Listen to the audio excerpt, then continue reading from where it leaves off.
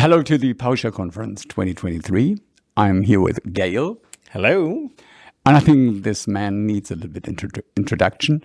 Last year I had a talk with Tobias, who did that for a couple of years, and we couldn't find the time last year. So it's obvious. We need to ask you, you're the second year in charge for the conference. Tell a little bit about your experience with the first conference in Vienna and what the lessons that you learned. What can we expect from the conference this year here in Prague? Yeah, so last year was my first time organizing, and obviously I had the help from Tobias, who's been doing that for many years. So it was much easier, trying to get all the information from him. It was still a stressful experience. That's why we didn't get the time, because for me, it was just trying to focus on, what do I need to do now? What's the next things happening? I hope this year we're a bit more relaxed, a bit more prepared, but at the same time, unfortunately, Tobias couldn't make it. So it's still a test for me and for us, the organizing crew. But I think we try to stick to the tradition, and I think we've got nice things coming up. It must be challenging to organize such an event, and it must be even more challenging to organize it in a foreign country. That's the reason why, Tobias, we stuck in Hannover, which was a great place. But the first thing that you changed, that we went to Vienna. You're not from Austria. And now second time that you're in charge. We are in Czech Republic. How is that? I think it must be super, super, super complicated to do it just like this. Well, there's a few reasons. The main one is I can't organize it in my back garden, and I live in Switzerland, a little bit in the mountains, and then there's no venue literally next to where I live, and we could go to somewhere like Lausanne or Geneva. But very nice location. It's very nice, and maybe one day it will happen.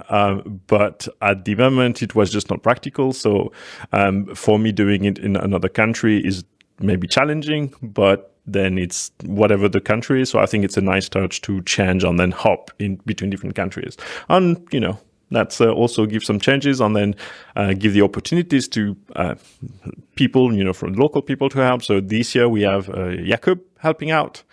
So he knows the places, he's really been helpful, and he's been doing like 3 really good posts about, what to do in Prague, where to eat, how to get to the venue. So we've had some help. That's always the way we cheat. Jakub, the guy from Pester that we all know, living in this neighborhood here somehow, as far as I know. From my perspective, Vienna was a great success, but it depends on how you measure success. Success is, I really liked it, and anyone I talked to really liked it, and you could feel that there was a certain hunger to see something else. The people liked Hannover, no doubt, but it's another thing if you constantly move from one touristic city to another. So there are a little bit more. Let's wait and see what the next years will bring. What do you personally expect from Prague? What will be different? Maybe from the background that you organized, that most of the work is done. So we're just one day before the conference actually starts. So what do you expect will be totally different?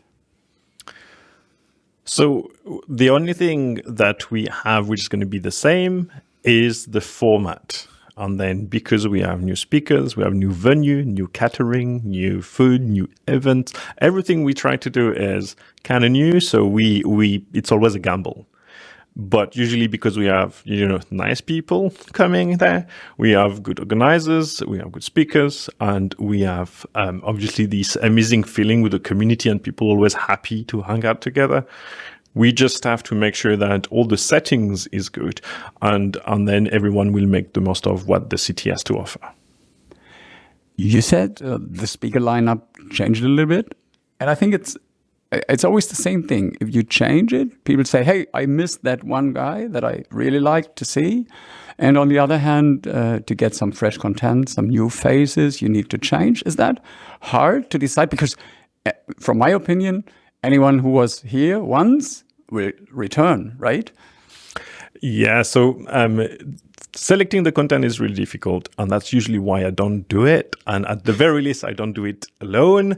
It's usually like there's a team behind it, and we all discuss. I try to stay a little bit out of it because there's all the other parts, and the team has been managing the content really well. So, Rob, Alexander, Barbara, obviously, they've been really talking about the sessions. There's a lot of discussions, a lot of, what about this? And then we need to make sure that all the subjects that we think should be covered are covered.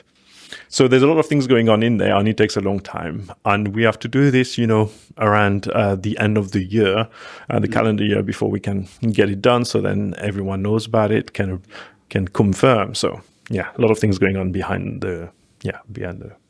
I will come back to that in a minute. The time span, but first of all, I think you get a lot of feedback from the delegates, but you have to be careful because a few people speak out very loud, but that mustn't be the opinion of the most of the people. So if you try to filter that, what is the feedback from the delegates from last year, from what you heard so far, and how do you interpret that? That's a very, very big question. And so a good example is sometimes we've got, the food was amazing, the food was horrible, and that's usually the same, one line and then the next line. So the question is, how do you measure, what is good and not good and these kind of things? So the first thing to know is for the food, it's very hard to be able to pick the food that we have. It's a gamble because when you select a venue, you need to find, a caterer that works with the venue. And then the choice usually is really reduced. Then the question is, within this caterer, what kind of thing, how many choices you have? And usually you have a piece of paper, but we can't just come and taste everything they have, especially because about a year or more in advance, they don't even know what they will be able to serve. It's common sense that if you try to fit the needs of anyone, you fit the needs of no one. So, but it's obvious that Prague will be nice because of the beer. But if we come to the content, what is the feedback, and how do you see what is the essence? Yeah, so that's the good thing. People give feedback. So the problem is sometimes we struggle to be able to collect the feedback, but we try to have an open form, and then people tell us, especially last year, we want workshops. We want something hands-on.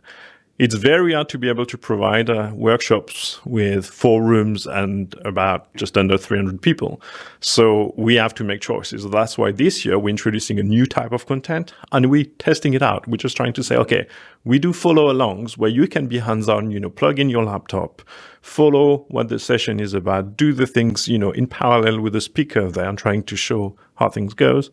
And then if that works, probably we're going to keep doing this and maybe expand a little bit more. We just want to learn a little bit from this experience. I think we had something comparable before. We tried that already. Do you have something in your head that may fit as a good example? What would you look for as a delegate if you would find the time? When would you join? You mean the sessions that we have? The workshop. So I'm very much of a DSC person, like desired state configuration and all the new techs being built around at this time. So I don't know if you've heard of WinGet configure, if you've heard of DSC v3 being in the pipeline, and if you have the machine config already been GA for about a year, like that's maybe what I would naturally tend to go. But then if you look at the schedule and you have, how to build your module in C#, there's so much things, like there's no one thing which is the problem. But, we'll see with whatever piques your interest. Feel free to talk to the speakers, find out. You have until Tuesday to find out. There's plenty of room, I believe, for all of those, expertise in one area or another. Depends on, what you're working with. To be honest, organizing such an event, even as simply as a speaker, which is also kind of organizing thing, it means that you actually don't see anything live, except your own opening session. But if you look at the schedule, besides the workshops that I already asked for, is there anything notable? You mentioned WinGet, Dimitris will be here. Anything notable that you are really interested to, for example, watch the video afterwards? Without really saying it, we have a type of a deep dive, and we've been asked about it. So we have 2 sessions that looks to be exactly the same, which is about, dependency, conflicts in dependencies within PowerShell. So you have your PowerShell module, it uses like some libraries, and then the problem is maybe PowerShell is already using that library, so you can't really import a new version, let's say. The JSON library or something like this. So we have... You're talking about one of the sessions by Andy, or do you have something else in your mind? Maybe you can drop the names of the speakers? So I can't remember all the names, I don't want to get it wrong, but I believe there's Andy from the PowerShell team. So they're doing a session on, managing those. That's the Microsoft point of view. And then we've got the community, and I believe it's Emmanuel. And maybe Justin with him, they're doing a session. No, it's Emmanuel, I believe. I'm doing a session on this, which is the other point of view, the point of view from the community. And we've been told, but it's the same session. I say, yeah, talk together. But we really want to have the definitive answer, and really practical examples. So hopefully they talk together, and there's not going to be that much overlap. But if you want to know how to do this and you're interested in that subject, because it's a very challenging subject when you're writing PowerShell modules, then I think we will have at the end, that we will create that content. Well, the speakers will, and we will record it. But they will create the content to explain it. For the protocol, we try to record it. Yes. Yeah, I don't want to say anything. It worked pretty good, but fingers crossed. Another time. My heart is bumping. So I want to come back to what you mentioned before. To be honest, to me personally, the year is split into 2 parts. The good part and the bad part. The good part is the part after the conference till more or less December, when I have to think about something new for the next conference. And then the horrible part is from, let's say, January to the conference, where I have to think about my session. So it really gives you headaches sometimes, especially because things change so fast. And this is what I want to ask you. If I think about, I'm pretty sure that we will talk about this with a lot of people here. We are living in special times, I think, with the rise of OpenAI, ChatGPT. We hadn't seen that topic so clear in December or January. So this is a pretty good example that our life changes from one second to the other, but you cannot reflect that in such a conference because everything is done before. To make a question out of it, how challenging is it to, on the one hand, organize such a thing, and on the other hand, you want to be up to date, right? And that's a little bit of a struggle, right? It's a balance. It's a balance issue. On AI, as an example, actually, it's a bit of luck, let's say, or bad luck for some, but we managed to cover this in different sessions. So if it's a subject which can be included in some of the, practical work, then automatically the speakers will manage their session to say, well, I should talk about this. And they will still cover it, even if, the talk initially didn't offer this in the abstract. So some of it will be covered like this. And we know that. And there's always a bit of room because we unfortunately have speakers that have to cancel for, many reasons. And then we have other speakers that say, well, I can take over. And then maybe that's where we get those, new sessions, which actually happened this year.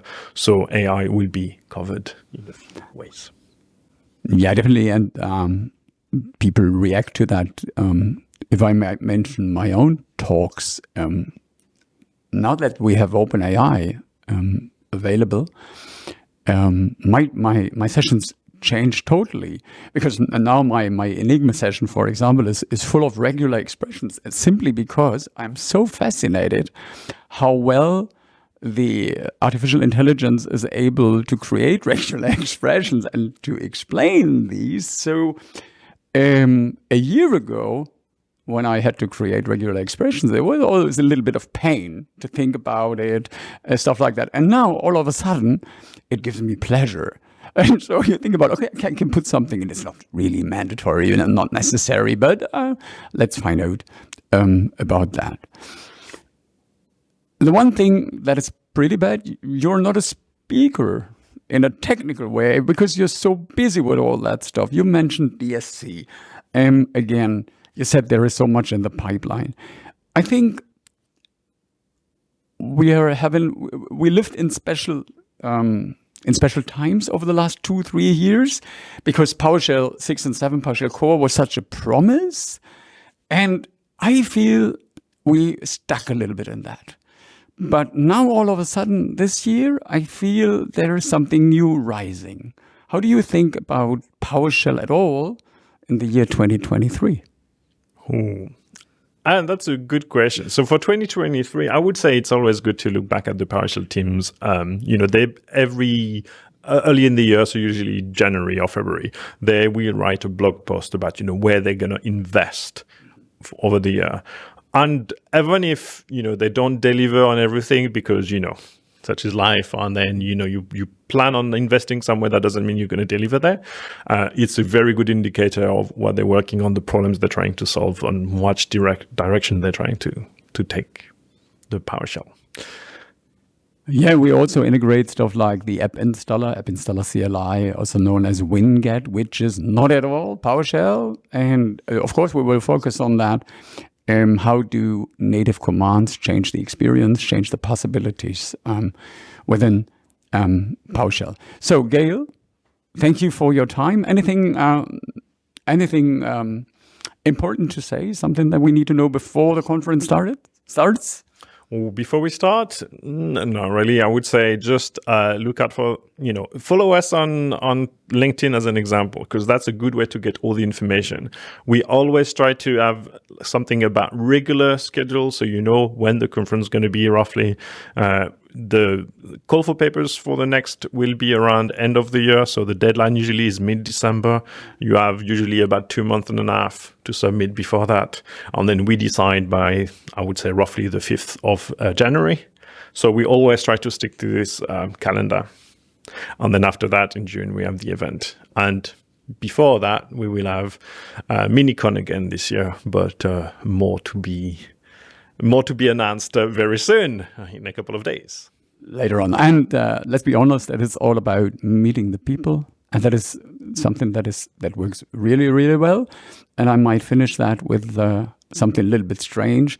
Since last year, we're doing a bike tour, just a little bit of sightseeing, because someone said, why shouldn't we bike? We got some nice shirts from the conference. So feel free to attend. Feel free to create something like that. And I hope we see you in the next days, and then next year. So thank you, Gail. Thank you very much. Have a good time. Enjoy.